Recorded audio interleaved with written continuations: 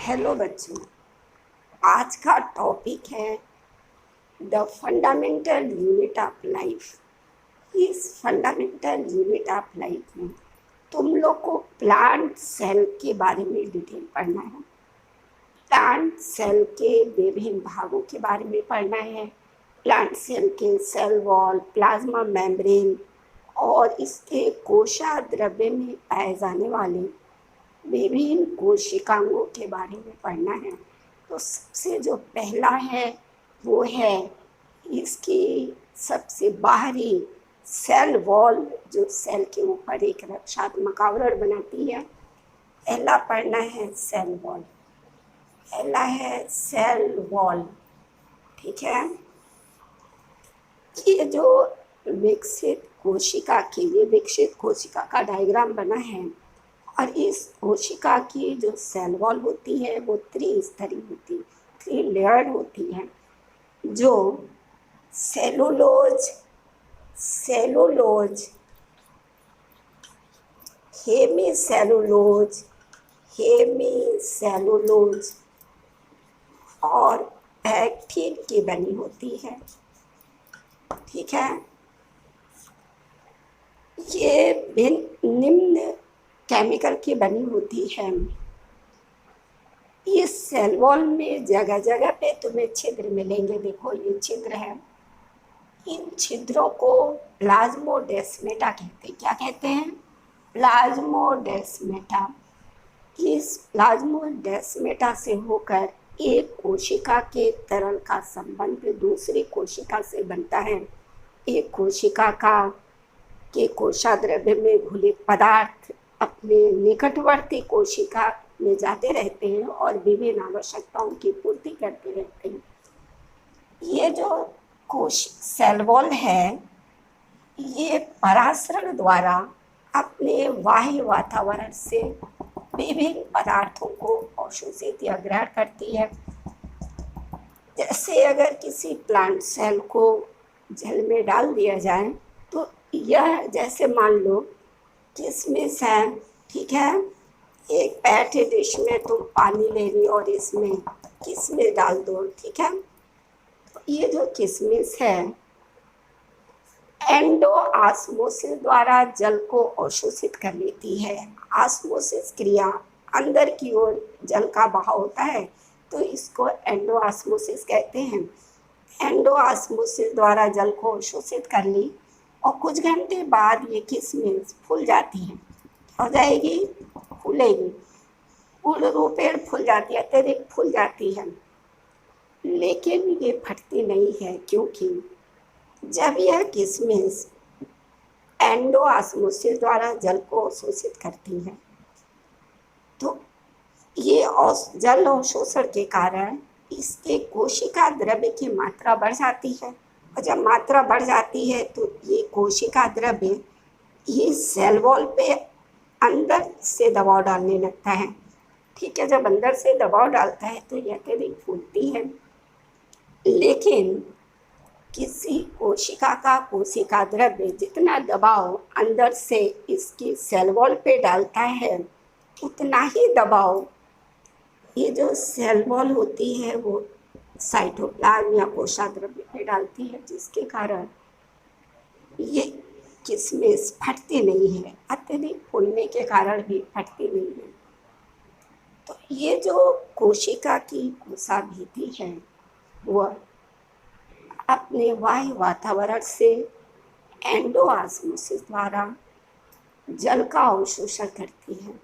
पौधों की जो जड़ें होती हैं उनकी कोशिकाएं एंडोऑस्मोसिस के द्वारा ही जल का अवशोषण करती है। जो जड़ होती है, पौधों की जो जड़ें होती हैं, वो मिट्टी में उपस्थित जल को इसके द्वारा लेती रहती हैं, एंडोऑस्मोसिस के द्वारा लेती रहती हैं और पौधे के विभिन्न भागों में पहुंचाती रहती हैं।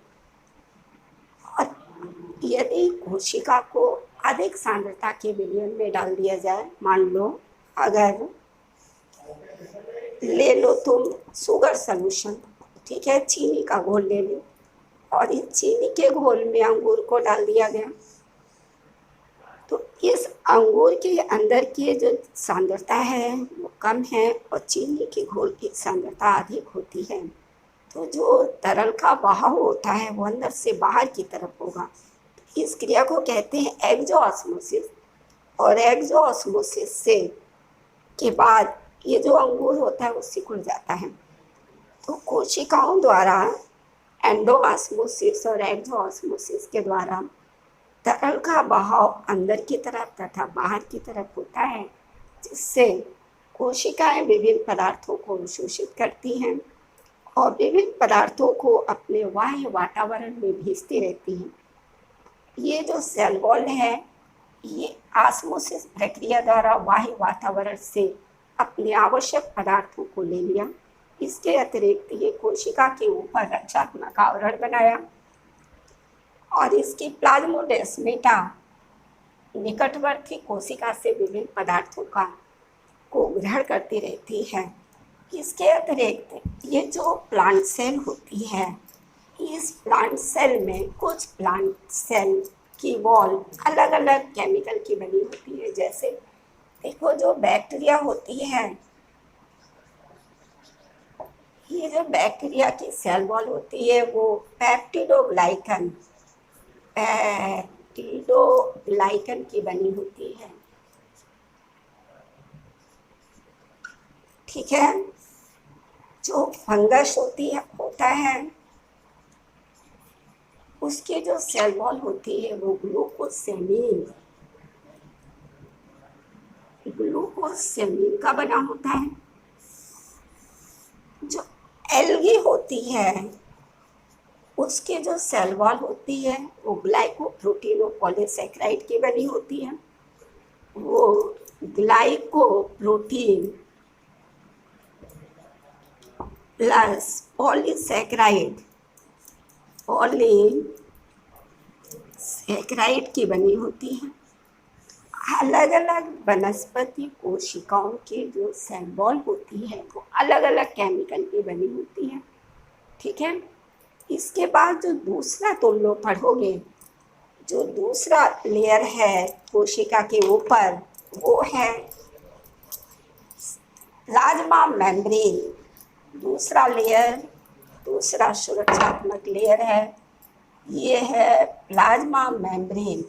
ये जो अंदर की तरफ है वो है दूसरा प्लाज्मा मेम्ब्रेन। ये है प्लाज्मा मेम्ब्रेन।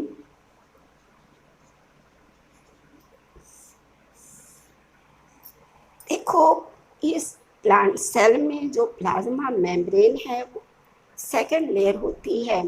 सेल वॉल के अंदर रक्षात्मक लेयर होती है। ये बहुत ही लचीली होती है, जो लिपिड और प्रोटीन की बनी होती है। इस प्लाज्मा मेम्ब्रेन की विशेषता होती है कि प्लाज्मा मेम्ब्रेन सेलेक्टिव परमीबल होती है, वर्णात्मक पारगम्य होती है। वो कुछ निश्चित चीज़ों को ही कोशिका के अंदर आने और जाने देती है। इस प्लाज्मा मेम्ब्रेन के द्वारा, जो लिपिड और प्रोटीन की बनी है, इस प्लाज्मा मेम्ब्रेन के द्वारा कोशिका बाह्य वातावरण से कार्बन डाइऑक्साइड और ऑक्सीजन को ग्रहण करती है। जब कोशिका के बाहर कार्बन डाइऑक्साइड की सांद्रता बढ़ जाती है तो विसरण द्वारा यह बाहर की कार्बन डाइऑक्साइड को अंदर ले लेती है। और जब कभी भी कोशिका के अंदर कोशाद्रव्य में कार्बन डाइऑक्साइड की सांद्रता बढ़ती है तो उसे वो विसरण द्वारा निकाल देती है। ठीक है। उसी प्रकार जब कोशिका के बाह्य वातावरण में ऑक्सीजन की मात्रा बढ़ जाती है तो ये कोशिका प्लाज्मा मेम्ब्रेन से होकर विसरण द्वारा ऑक्सीजन को ले लेती है। और जब कोशिका द्रव्य में या कोशिका के अंदर ऑक्सीजन की सांद्रता बढ़ जाती है तो विसरण द्वारा ये इसको बाहर निकाल देती है। तो विसरण प्रक्रिया द्वारा यह बाह्य कार्बन डाइऑक्साइड को ग्रहण करती है और ऑक्सीजन को ग्रहण करती है और आवश्यकता अनुसार इसे निकालती रहती है। विसरण प्रक्रिया के द्वारा इसे निकालती भी रहती है। ये जो प्लाज्मा मेम्ब्रेन होती है इतनी लचीली होती है कि अमीबा में प्लाज्मा मेम्ब्रेन एंडोसाइटोसिस एक प्रक्रिया होती है। प्लाज्मा मेम्ब्रेन एंडोसाइटोसिस द्वारा भोजन ग्रहण कर लेती है। इस कोशिका को जब कम सांद्रता के विलयन में डाला जाता है तो यह कोशिका जल अवशोषण के कारण अत्यधिक फूल जाती है। तब कहते हैं कि कोशिका को हाल पराशर दाबी विलयन में डाला गया, ठीक है। और जब इस कोशिका को समान सांद्रता वाले विलयन में डाला जाता है तो इनके द्रव का मेम्ब्रेन से होके बहाव इधर उधर नहीं होता है। तब कहा जाता है कि कोशिका को समपरासारी विलयन में डाला गया। और जब कोशिका को सांद्र विलयन में डाल दिया जाता है तो कोशिका के अंदर के तरल का बहाव बाहर की तरफ होने लगता है। तो कहा जाता है कि कोशिका को अति पराशरदावी विलयन में डाला गया। तो ये प्लाज्मा मेम्ब्रेन से होके विसरण प्रक्रिया द्वारा कोशिकाएं विभिन्न पदार्थों का लेन देन करती रहती है। बच्चों, जो अब अगला पढ़ना है वो है साइटोप्लाज्म में पाए जाने वाले विभिन्न ऑर्गेनल्स, सेल ऑर्गेनल्स। ये जो सेल ऑर्गेनल्स हैं तुम्हारे,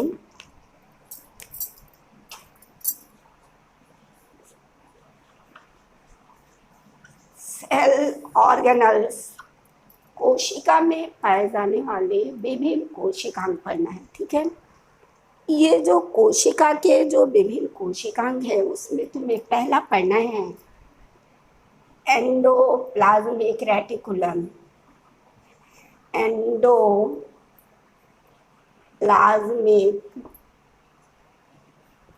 रेटिकुलम, ठीक है।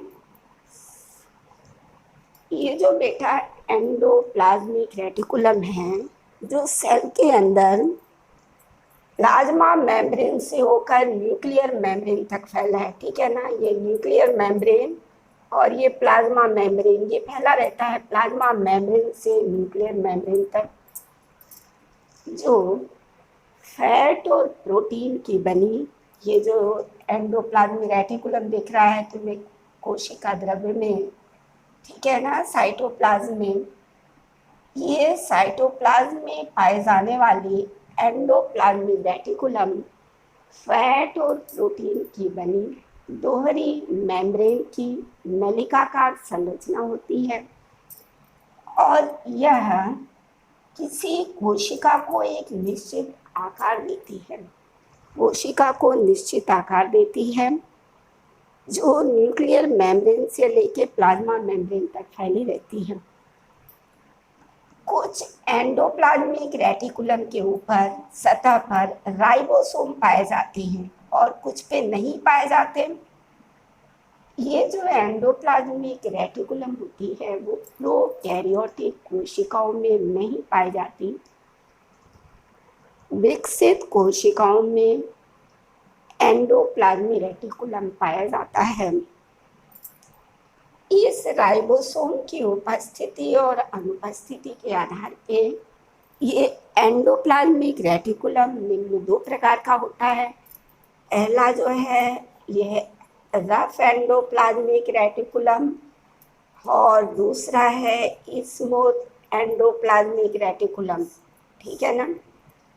ये जो रफ एंडोप्लाज्मिक रेटिकुलम है ये इसके ऊपर देखो राइबोसोम लगे इनकी सतह के ऊपर, जिनके कारण ये रफ हो जाती है, इनकी सतह रफ हो जाती है, खुरदरी हो जाती है। और इनका काम है, ये जो राइबोसोम होते हैं वो प्रोटीन का संश्लेषण करते हैं। तो प्रोटीन के संश्लेषण के कारण ये एंडोप्लाज्मिक रेटिकुलम प्रोटीन संश्लेषण में भाग लेता है। और जंतु कोशिकाओं में मुख्य रूप से लीवर की कोशिकाओं में और पैंक्रियाटिक सेल में, लीवर सेल में, पैंक्रियाटिक सेल में ये रफ एंडोप्लाज्मिक रेटिकुलम बहुत अधिक पाया जाता है, जो प्रोटीन संश्लेषण में भाग लेता है। इसके अतिरिक्त ये जो स्मूथ एंडोप्लाज्मिक रेटिकुलम है, ये स्मूथ एंडोप्लाज्मिक रेटिकुलम है जिनकी सतह पे राइबोसोम नहीं होते, जिनके कारण ये सतह चिकनी होती है। ये मुख्य रूप से वसा और ग्लाइकोजन का संग्रह करते हैं। इसी कारण ये जंतु कोशिकाओं में, ये तुमको वृक्क की कोशिकाओं में और पेशी कोशिकाओं में बहुत अधिक पाए जाते हैं। तो इस एंडोप्लाज्मिक रेटिकुलम के निम्न 3 कार्य में पहला हुआ कि ये एंडोप्लाज्मिक रेटिकुलम कोशिका को एक निश्चित आकार देता है। रफ एंडोप्लाज्मिक रेटिकुलम प्रोटीन संश्लेषण में भाग लेता है। स्मूथ एंडोप्लाज्मिक रेटिकुलम वसा और ग्लाइकोजन के संग्रह करता है। निम्न 3 कार्य हो गए। अब बेटा जो दूसरा कोशिकांग है वो है गोल्गी कॉम्प्लेक्स। गोल्गी कॉम्प्लेक्स, ठीक है। ये जो गोल्गी कॉम्प्लेक्स होता है, ये प्रोटीन और फैट की बनी नलिकाकार संरचना होती है। देखो ये नलिकाकार संरचना है जो दोहरी झिल्लियों की बनी होती है, प्रोटीन और फैट की बनी होती है। ये प्रोकैरियोटिक कोशिकाओं में नहीं पाई जाती। ये जो प्रोटीन और फैट की बनी नलिकाकार संरचना है, ये निम्न 3 प्रकार की होती है। जो पहला होता है वो होता है सिस्टर्नी, दूसरा होता है वेसिकल और तीसरा वैक्यूल होता है। ये जो बेटा सिस्टर्नी होती है वो दोहरी झिल्लियों की बनी नलिकाकार संरचना होती है जो एक दूसरे के ऊपर व्यवस्थित रहती है। जो दूसरी वेसिकल होती है वो जब यह सिस्टर्नी जो फैट प्रोटीन की बनी नलिकाकार संरचना है किनारे से टूटती है तो छोटी छोटी गोल ऊतिका बनाती है, उसको वेसिकल कहते हैं। ऊतिकाएं बनाती हैं और इन सिस्टर्नी के किनारे से टूटी वे वेसिकल जो बड़ी और गोल होती हैं उनको वैक्यूल कहते हैं। ये निम्न 3 प्रकार की होती हैं। ये गोल्गी कॉम्प्लेक्स उन कोशिकाओं में अधिक पाई जाती हैं जो स्रावी होती हैं, जैसे जो हार्मोन का स्राव करती हैं। गोल्गी कॉम्प्लेक्स कोशिका भित्ति के पुनर्निर्माण में भाग लेती हैं।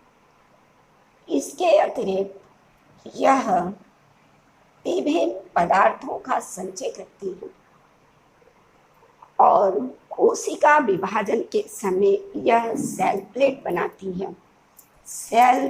बनाती है जिससे एक कोशिकाओं से 2 कोशिका बन जाती है।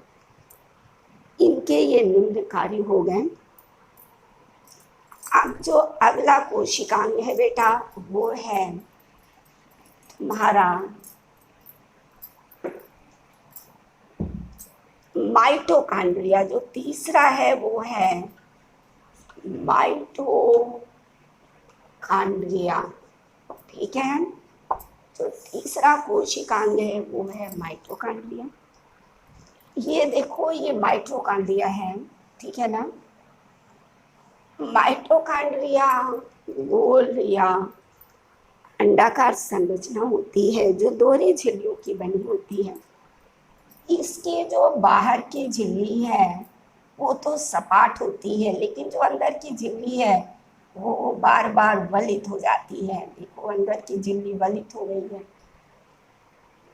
माइटोकॉन्ड्रिया में अंदर की जो गुहा होती है इसका जो तरल है उसको कहते हैं मैट्रिक्स।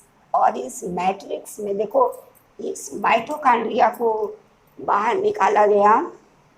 ये बाहर की झिल्ली सपाट है और अंदर की झिल्ली बार बार वलित हो जाती है और वलित होकर दो गुहा का निर्माण करती है। आंतरिक गुहा में तरल भरा है, इसको मैट्रिक्स कहते हैं। क्या कहते हैं इसको?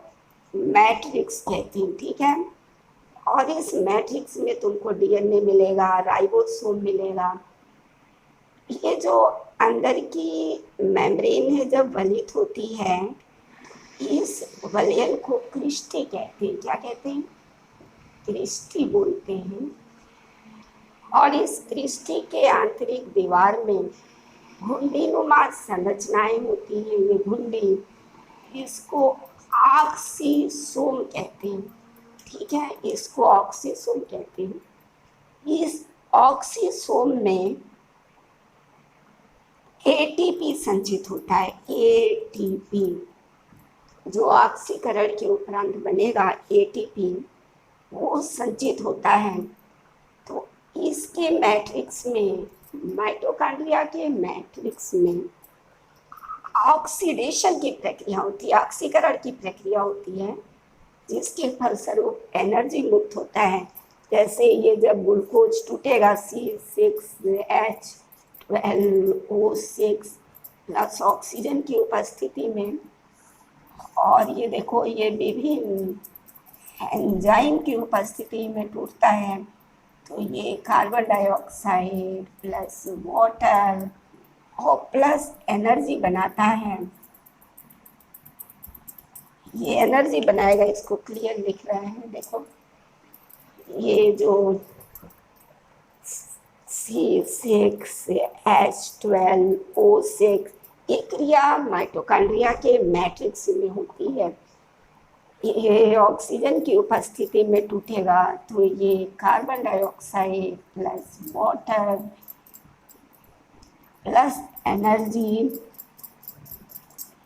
ये जो एनर्जी होती है वो एटीपी के रूप में इस ऑक्सीसोम में संचित होती है, स्टोर हो जाती है। और आवश्यकता पड़ने पर यह एटीपी कोशिका के विभिन्न कार्यों के लिए ऊर्जा प्रदान करती है। इसी कारण माइटोकॉन्ड्रिया को कोशिका का पावर हाउस कहते हैं। इसको क्या कहते हैं? माइटोकॉन्ड्रिया को कोशिका का विद्युत गृह कहा जाता है, जिससे सभी कार्यों के लिए आवश्यक ऊर्जा प्राप्त होती रहती है। तो मुख्य क्रिया घटक हुई माइटोकॉन्ड्रिया के अंदर ऑक्सीकरण की प्रक्रिया, ठीक है। इसके बाद जो बेटा नेक्स्ट कोशिकांग है वो है क्लोरोप्लास्ट।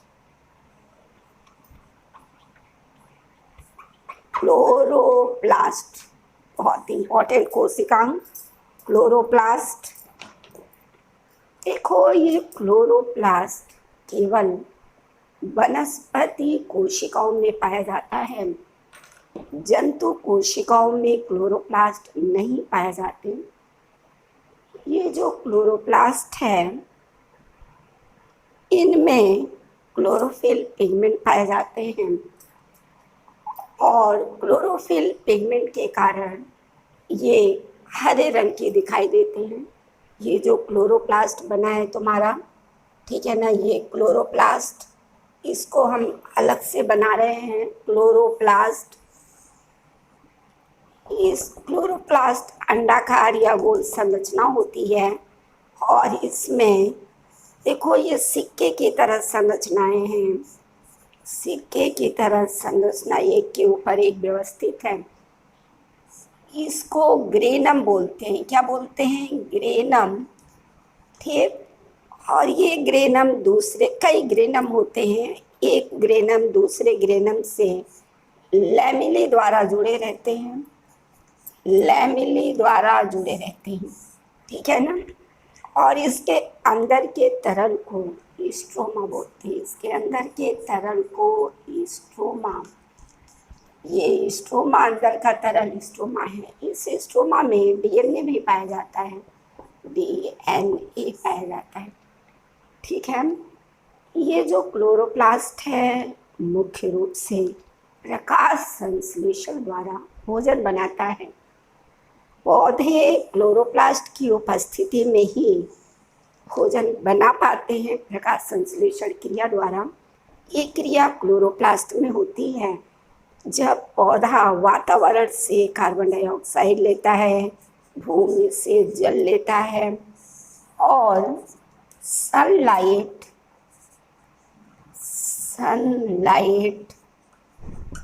तथा क्लोरोफिल पिगमेंट की उपस्थिति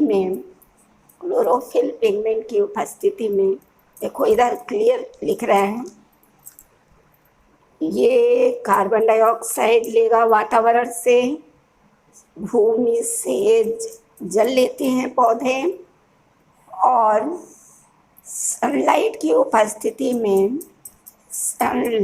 उपस्थिति में और क्लोरोफिल की सहायता से ये बनाएगा भोजन C6H12O6 प्लस ऑक्सीजन मुक्त होती है, ठीक है, ऑक्सीजन रिलीज होती है।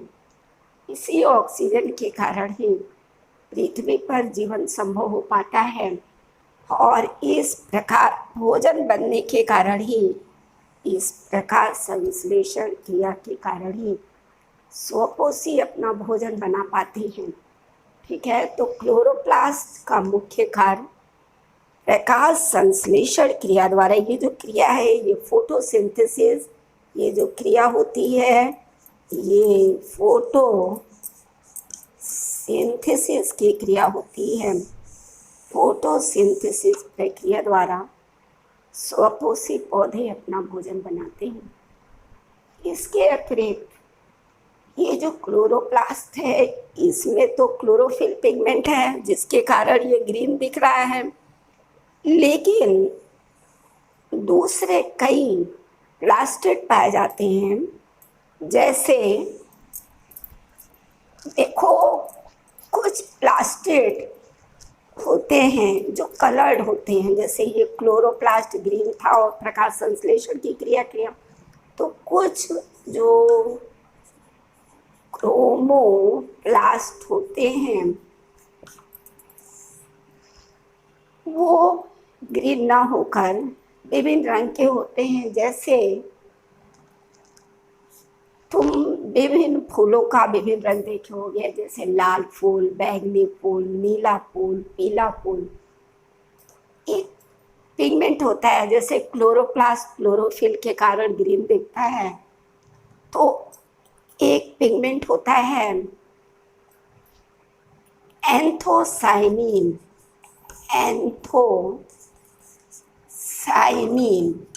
ठीक है। इसके कारण तुमको फूल नीले दिखेंगे, बैंगनी दिखेंगे और लाल दिखते हैं। इसके अतिरिक्त एक पिगमेंट होता है कैरोटीन, इसके कारण तुमको फूल या फल नारंगी या पीले दिखते हैं। तो ये जो क्रोमोप्लास्ट है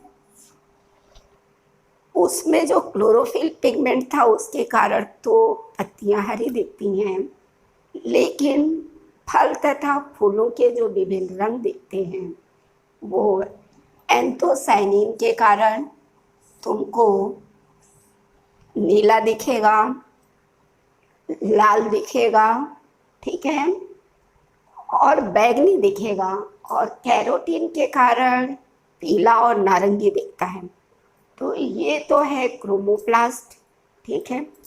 इसके अतिरिक्त तुम्हें प्लास्टिड जो होता है वो एक होता है ल्यूकोप्लास्ट,